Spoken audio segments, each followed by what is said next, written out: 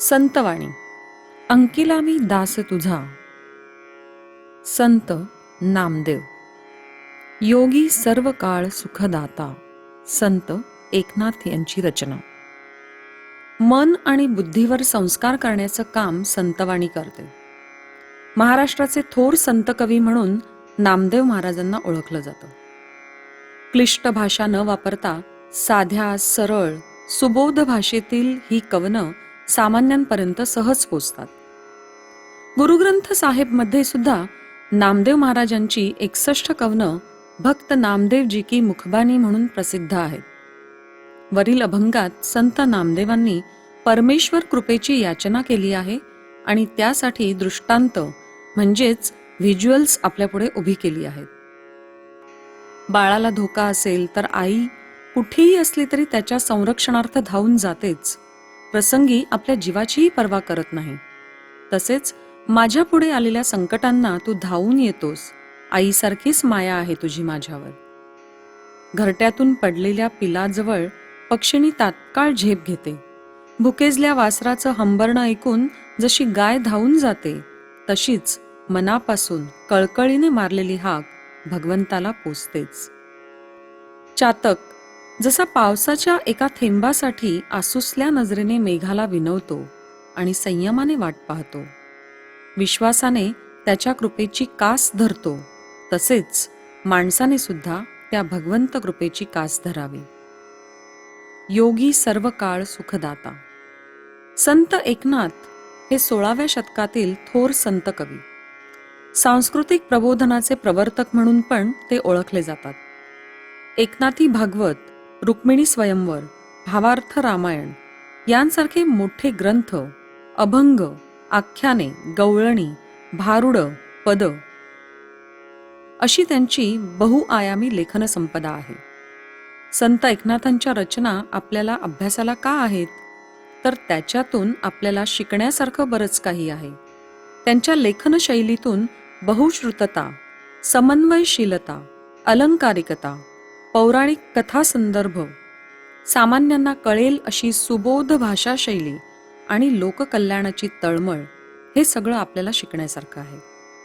पाणी म्हणजे जीवन. पृथ्वीवर पाणी आहे म्हणूनच जीवन आहे.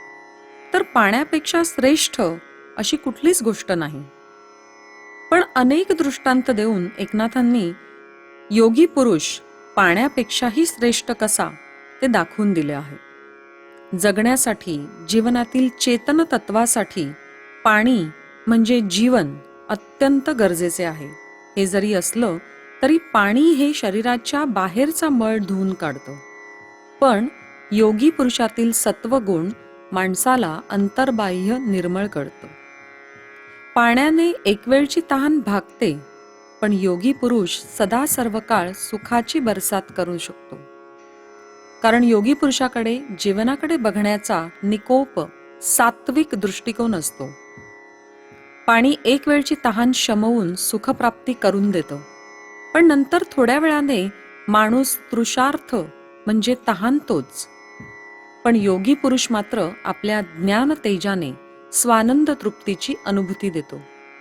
त्या सुखात कधीही खंड पडत नाही की कसली विकृती असत नाही.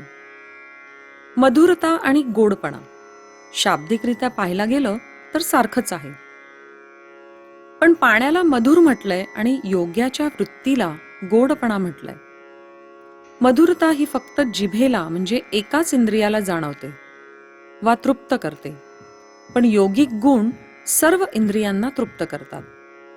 ढग आभाळात उंचावर असतात, पण ते पावसाच्या रूपाने खाली येतात आणि सृष्टीवरील लोकांचं जीवन संतुष्ट करतात. शेतीमुळे सर्वांना अन्नदान मिळतं. त्याचप्रमाणे योगी खाली म्हणजे या इहलोकी जन्म घेतात, ज्याच्या आत्मज्ञानाच्या, ज्ञानामृताच्या श्रवण कीर्तनाने सर्वजण संतुष्ट होतात, उद्धार पावतात.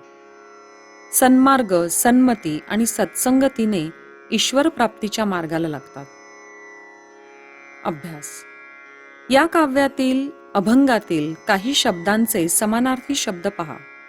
दिलेल्या उदाहरणांमधील सौंदर्याशय पहा. योगी पुरुष आणि पाण्यातील फरक समजून घ्या.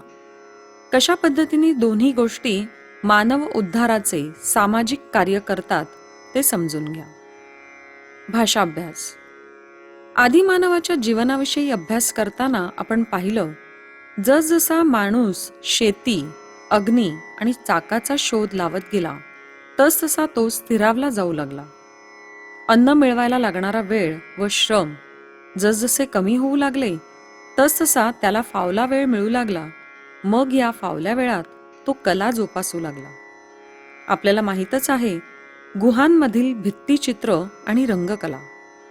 आणि हळूहळू मग मानवी विकास आणि इतर कलांचाही विकास होऊ लागला. माणूस समृद्ध होत गेला, कारण कला माणसाला जगायला शिकवते.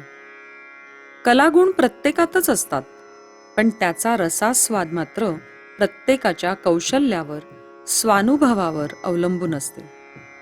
आणि ही अनुभव क्षमता लहान वयापासूनच वृद्धिंगत व्हावी, म्हणूनच रसास्वाद ही संकल्पना. प्रत्येक माणसाच्या अंतःकरणात ज्या भावना स्थिर व शाश्वत स्वरूपाच्या असतात त्यांना स्थायी भाव असं म्हणतात. कोणत्याही कलेचा आस्वाद घेताना या भावना जागृत होतात आणि त्यातून रसनिष्पत्ती होते. गद्य आणि पद्य यांचा आस्वाद तुम्ही आनंदाने आणि डोळसपणे स्वतःच्या संवेदना जागृत ठेवून घेतलात तर तुमच्याकडून प्रश्नांची उत्तरं छान लिहिली जातील. त्यासाठी तुम्ही पाठ्यपुस्तकातील पृष्ठ क्रमांक 6 नीट वाचा.